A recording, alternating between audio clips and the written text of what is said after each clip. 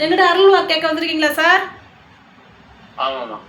சரி, ரொம்ப நாளாக ஃபாரின்ல இருக்கீங்களா சார்? ஒரு 10-15 வருஷமாவே? ஆமாம். சரி, இப்போ உங்களுக்கு குலதெய்வம் தெரியாது, அதனால மேல்மலையனூர் அங்காள பரமேஸ்வரியை கும்பிட்ற மாதிரி அம்மா சாட்சாத் அப்படியே அழகா சச்சுருவா வந்து இறங்கியிருக்காங்க. அப்படி கும்பிட்றீங்களா சார்? சரி, உங்களுடைய அம்மாவோட உங்கள் அப்பாவோட அம்மா ஒருத்தவங்க தெய்வமாக வந்திருக்காங்க, அவங்களை இறக்கிட்டுமா பேரோட?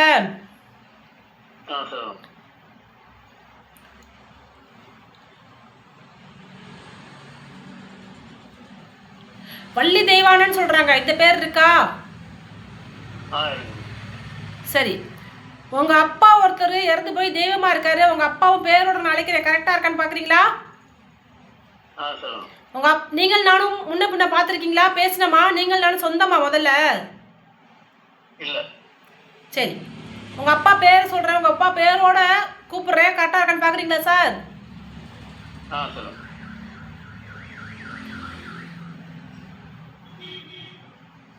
சார், அப்பா பேர் சுப்பிரமணியன் சொல்றாரு. கரெக்டா சார் இந்த பேரு?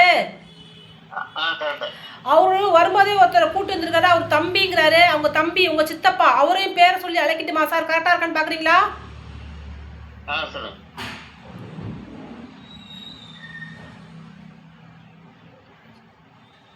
சார் அவர் பேர் கணேசன் சொல்றாரு. சார், உங்க அப்பா கூட ஒருத்தவங்க தூக்கில் இறந்துருக்காங்க, அது மாதிரி உங்க அத்தை, அவங்க பேரோட சொல்ற பாக்குறீங்களா? அவங்க தெய்வமா வச்சு வீட்டில் வழிபடுறீங்க, போட்டோ மாட்டி. அவங்க பேரை சொல்றேன், கரெக்டா இருக்கான்னு பாக்குறீங்களா சார்?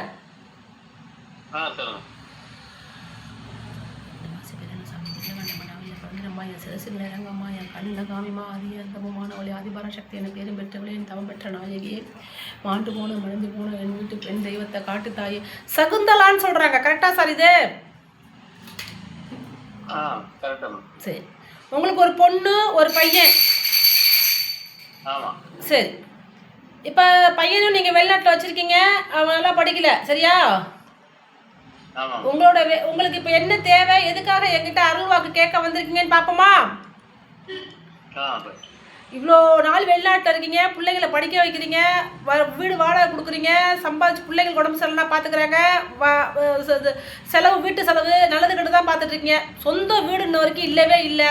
சொந்த வீடு எனக்கு எப்போம்மா வரும், நான் சொந்த வீடு வாங்குவேனா வாங்க மாட்டேனா, அந்த மாதிரி அமைப்பு என்கிட்ட இருக்கா? அதுக்காக தான் நீங்கள் என்கிட்ட வந்தீங்க ஐயா. சரி, அது மாதிரி இன்னொரு விஷயம் நல்லா கேட்டுக்கங்க, நீங்கள் இவ்வளோ நாள் சம்பாதிச்சிங்க, உங்களுக்கு சொந்த வீடு அமைப்பு நீங்கள் உங்களோட சம்பாத்தியம் வாங்குற மாதிரி கிடையாது. உங்கள் பையன் என்னைக்கு தலையெடுத்து அவருடைய பணத்தில் தான் சொந்த வீடு வாங்கணும்னு அமைப்பு இருக்கு. அதனால நீங்க அவர் எப்ப சம்பாதிக்க உட்காராரோ அவரோட காசை நீங்க செலவு பண்ணாம அவருடைய நீங்க இருக்கிறதுல இருந்து ஒரு 15 கிலோமீட்டர் வெளியில போனீங்கன்னா சொந்த வீடு வாங்குறதுக்கு அமைப்பு இருக்கு. ஆனா நீங்க சம்பாதிச்சில்ல, உங்க பையனுடைய சம்பளம் என்னைக்கு அவரு எப்ப தலை ஓங்கி அவர் எப்ப நல்லா சம்பாதிச்சு அவருடைய காசுல தான் சொந்த வீடு வாங்குற அமைப்பு இருக்கு. நீங்க சம்பாதிச்ச காசுல வீடு வாங்க அமைப்பு கிடையாது, அதிர்ஷ்டமும் கிடையாது உங்களுக்கு. உங்க பையன் என்னைக்கு தலையெடுத்து சம்பாதிச்சு காசு வாங்கி சம்பளம்னு வாங்குறாரோ அந்த காசை சேர்த்து வச்சா வீடு வாங்க அமைப்பு இருக்குங்க ஐயா. ஐயா புரியுதா? மற்றது எதுவும் கிடையாது. நீங்க ஊர்ல போய் இப்ப உடம்பு சரியில்லாம ஹார்ட் அட்டாக் வந்திருக்கா, உங்களுக்கு நெஞ்சு வலி வந்திருக்கா,